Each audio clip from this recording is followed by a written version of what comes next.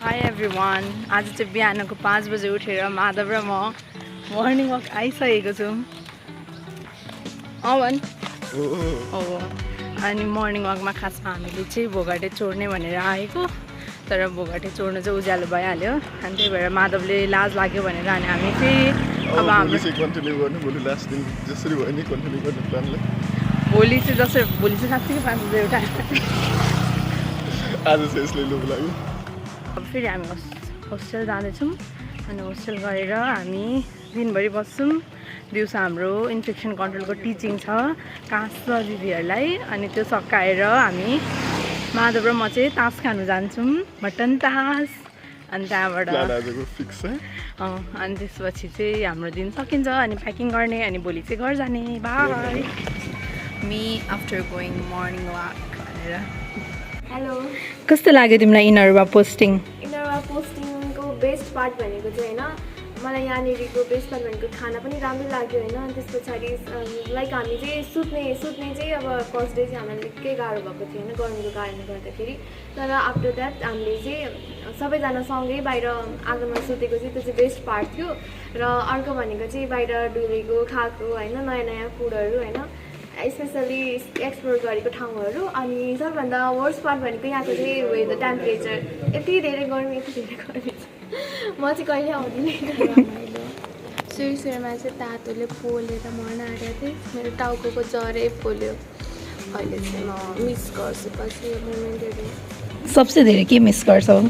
सबसे धेरै तिजमा नाचेको इनरवा पोस्टिङको बेस्ट पार्ट भनेको चाहिँ मर्निङको यो हावा हो है अनि इभिनिङको हावा हो र वर्स्ट पार्ट भनेको चाहिँ यो एकदमै स्कर्चिङ सन मलाई चाहिँ एकदम राम्रो लाग्यो होइन जति नै गर्मी भए पनि मैले चाहिँ अब म चितवनमा भएको कारणले गर्दा मैले यो गर्मीलाई मैले टोलरेट गरेँ अर्को भनेको अब राम्रो कुराहरू भनेको चाहिँ हामी चाहिँ सबै 9 जना चाहिँ टाइम स्पेन्डहरू गऱ्यौँ अनि त्यसपछि बाहिर खाना गयौँ बाहिर धेरै गर्मी भएर हामी यहाँ बाहिर झुल लगाएर सबैजना सुत्थ्यौँ भने अब चाहिँ हामीलाई यो हल रिपेयर गरिदिनु भएकोले सबैजनाको यस्तो हुन थालेको छ अनि इन्टर्न दाईहरू पनि बाहिर त्यहाँनिर झुल लाएर सुत्नुहुन्छ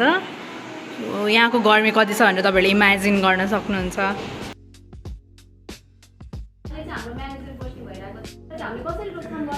हाई एभ्रिवान सो आज के भयो भन्दा म जहिलेको जस्तै मैले भिडियो बनाउन आधीमै बिर्सेँ अनि मैले आज हामी ड्युटी गयौँ त्यसपछि ड्युटीमा हाम्रो उयो भयो कि प्रेजेन्टेसन भयो कासा दिदीहरूलाई अनि त्यहाँबाट त्यसपछि हामीले के गर्यौँ भन्दा त्यसपछि हामी ड्युटी सकेर खाजा खानु गयौँ अनि खायौँ अनि खाजा खाएर भर्खर आएको मात्रै थियौँ के भयो भन्दाखेरि यहाँनिर साइरन बज्यो सुरुमा त के रुयो भनेर हामी बसिरहेको थियौँ भरे फेरि साइरन बज्यो अनि इमर्जेन्सीमा केही भयो होला भनेर गुड्डुडो यिनीहरू कुद्यो म कुदेको थिएन अनि पछि म पनि के भयो भनेर पछि कुदेको भरे त्यो इमर्जेन्सी थियो अनि त्यसपछि डिजास्टर थियो अनि धेरै काम गऱ्यौँ म चाहिँ स्क्रिन लास्ट दिन मुभी हेरेर एन्ड गर्ने भनेर हाम्रो यहाँ जुगाडु मुभी सेटअप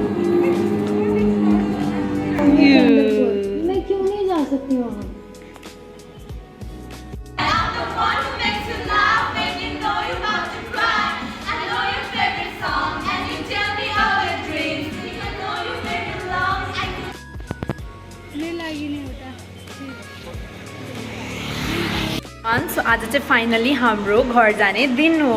अनि मलाई चाहिँ कपाल गर्नु पनि अल्छी लाग्यो अनि त्यसपछि हाम्रो सबजनाको सामान प्याक भइसकेको छ यो सामानहरू यो लुगाहरू चाहिँ यिनीहरूले राति धराउन सुक्दैन भनेर यहीँ धोएर सुकाएको तर झन् भिज्यो अनि हाम्रो सबैको सामानहरू यहाँनिर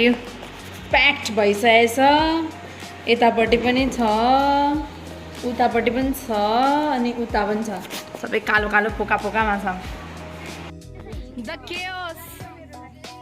The chaos. Hello.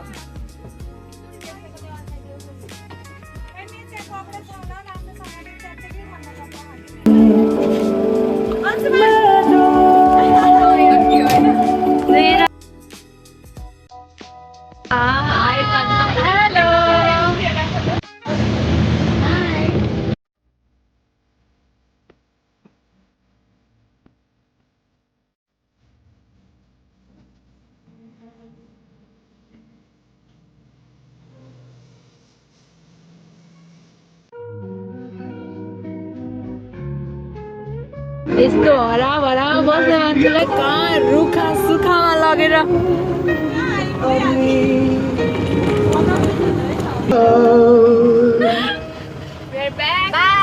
We are back, guys.